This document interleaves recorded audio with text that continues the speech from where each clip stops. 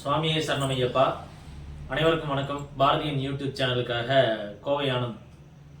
கலியுகத்தின் கண்கண்ட தெய்வமான மணிகண்ட பெருமானுடைய நண்பராக இருந்த சிவபூதகானமான வாவூரான் இஸ்லாமிய வாவராக மாறிய கதையை பற்றி உங்ககிட்ட சொல்லணும். இந்துக்கள் மீது புனையப்பட்ட ஒரு போலியான வரலாற்றை தவிடுபொடியாக்க வேண்டிய கட்டாயத்தில் நம்மெல்லாம் இருக்கிறோம். காலங்காலமாக சபரிமலை யாத்திரை சென்று கொண்டிருக்கக்கூடிய குருசாமிகள் சொல்லிட்டு வந்தாங்க, அப்பவும் நம்ம கேட்கல. இந்துத்துவ உணர்வாளர்கள் நிறைய பேர் சொல்லிட்டு வந்தாங்க, அப்பவும் கேட்கல. ஆனால் இப்போ பார்த்தீங்கன்னா சாட்சாத் கலியுகத்தின் கண் கண்ட தெய்வமான மணிகண்ட பெருமானே உணர்த்தி இருக்காரு. எப்படி உணர்த்தி இருக்காருன்னு பார்த்தீங்கன்னா, சபரிமலை சன்னிதானத்தில் திருவாங்கூர் தேவசம் போர்டு அவங்க ஏற்பாடு செய்த ஒரு விஷயம்.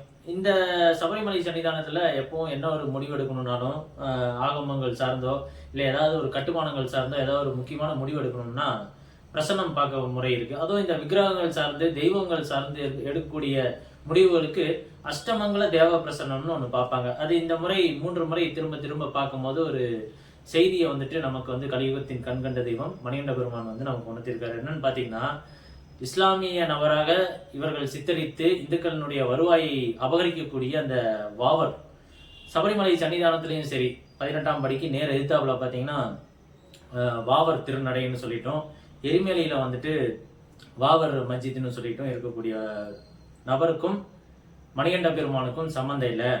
இந்த வாவர்னு சொல்லக்கூடிய இவர்கள் மணிகண்டனுக்கு நண்பனாக காட்டக்கூடிய நபர் ஆக்சுவலாக சிவபூத கானங்களில் ஒருவரான வாவூரான். அவர் தான் மணிகண்ட பெருமானுக்கு திருடனாக மணிகண்ட பெருமானுக்கு நண்பராக மாறிய நபர்.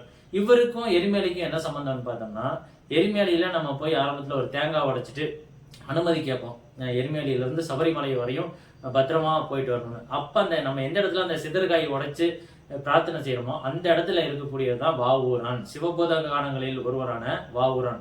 அவர் அவருக்கு என்ன கடமைன்னு பார்த்தீங்கன்னா, நம்மளை எரிமேலியிலிருந்து சபரிமலை சன்னிதானம் வரையும் பத்திரமாக கொண்டு போய் சேர்த்த வேண்டியது அவருடைய கடமையாக இருக்கு. இதைத்தான் காலங்காலமாக நம்ம வணங்கிட்டு வந்தோம். ஆனால் 1950 காலகட்டத்தில் சபரிமலையில் ஒரு தீ விபத்து கைவர்களால் வேண்டுமென்றே ஏற்படுத்தப்படுகிறது. அதற்கு பின்னாடி ஒரு சித்தரிக்கப்பட்ட போலியான வரலாறு தான் இந்த வாவர் திருநடையும் இந்த வாவர் மஸ்ஜித்தும். அதற்கு முன்னாடி இப்படி எதுவுமே இல்லை. எரிமேலியில் இருப்பது நயினார் பள்ளியும் மேலே இருக்கிறது தற்காலிகமாக ஒரு புனையப்பட்ட ஒரு இதாக தான் இருந்திருக்கு. ஆனால் இதன் மூலமாக இந்துக்களுக்கு ஏகப்பட்ட பொருளாதார இழப்புகள், அதுவும் முக்கியமாக இந்து உற்றார் உறவினர், நம்ம சபரிமலைக்கு போகிறோம்னா நம்ம உற்றார் உறவினர்லாம் சபரிமலையில் இருக்கக்கூடிய தர்மசாஸ்தா ஐயப்பனுக்கு நம்ம இருமுடியில் காணிக்கை கொடுத்து விடுவாங்க. அதை கொண்டே நம்ம மேலே சன்னிதானத்தில் உட்காந்து இருமுடியை பிரித்து அந்த காணிக்கையெல்லாம் எடுத்துகிட்டு போய் சன்னதியில் செலுத்தலான்னு பார்த்தோம்னா, இந்த 18ஆம் படிக்கு நேர் எதிர்த்தாப்புல இந்த வாவர் திருநடைன்னு ஒன்று இருக்கும். அங்கேயும் உண்டியல்லாம் இருக்கும், சன்னிதானத்துலேயும் உண்டியல்லாம் இருக்கும். நமக்கு எந்த உண்டியல்னு தெரியாமல் அந்த உண்டியலில் காணிக்கைகளெல்லாம் போட்டுருவோம். இந்த இடத்துல என்ன சிக்கல் ஏற்படுதுன்னு பார்த்தீங்கன்னா, இந்த வாவர் திருநடைங்கிற பகுதியில் இருக்கக்கூடிய உண்டியல் எல்லாமே அந்த வாவர் திருநடைக்கு சொந்தமாக போகுது. அதற்கும் திருவாங்கூர் தேவசம் போர்டுக்கோ சபரிமலை சன்னிதானத்துக்கோ சம்பந்தம் இல்லாத மாதிரி போகுது. இது யாருக்கு போகுதுன்னு பார்த்தீங்கன்னா, அந்த வாவரனுடைய வாரிசாக சொல்லக்கூடிய அப்துல் ரஷீத் முதலியாருங்கிற ஒரு நபரனுடைய குடும்பத்துக்கு போகுது.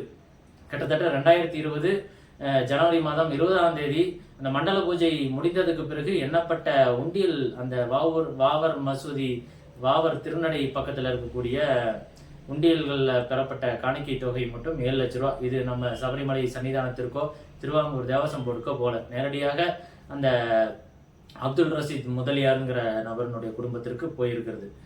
இந்த அஷ்டமங்கல தேவ பிரசன்னம் மூலமாக மணிகண்ட பெருமான் நமக்கு மீண்டும் மீண்டும் ஒன்று நமக்கு சொல்லியிருக்கிறார். என்னன்னு பார்த்தீங்கன்னா, அந்த இஸ்லாமிய நபர்களுக்கும் சபரிமலைக்கும் ஐயப்பனுக்கும் சம்பந்தமே இல்லைன்னு சொல்லியிருக்காரு. அதனால இந்துக்களே, ஐயப்ப பக்தர்களே, 48 நாள் கடும் விரதம் இருந்து சபரிமலைக்கு போகும்போது அந்த எரிமேலில் இருக்கக்கூடிய அந்த நினைவிடம், அந்த வாவர்னு சொல்லக்கூடிய இஸ்லாமிய நபர் நயினார் புதைக்கப்பட்ட இடத்துக்கு போய் உங்களுடைய விரதத்தை பால்படுத்திக்க வேண்டானோ, மேலே சன்னிதானத்தில் நீங்கள் கொண்டு போகக்கூடிய இருமுடி காணிக்கைகளை ஐயப்பனுக்கு போகக்கூடிய உண்டியல்களை செலுத்துமாறும் இந்த காணொலி மூலம் கேட்டுக்கொள்கிறோம்.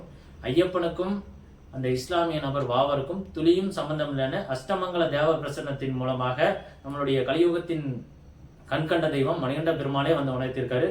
ஐயப்ப பக்தர்களே, இந்த மண்டல பூஜைக்கு நம்ம இருமுடியில் கொண்டு போகக்கூடிய ஒவ்வொரு காணிக்கையும் நேரடியாக ஐயப்பனுக்கு போகணுமே தவிர பிற மத புனைவு கதை நாயகர்களுக்கு போயிடக்கூடாதுங்கிறது இந்த காணொலி மூலமாக கேட்டுக்கொள்கிறேன். சுவாமியே சரணம் ஐயப்பா.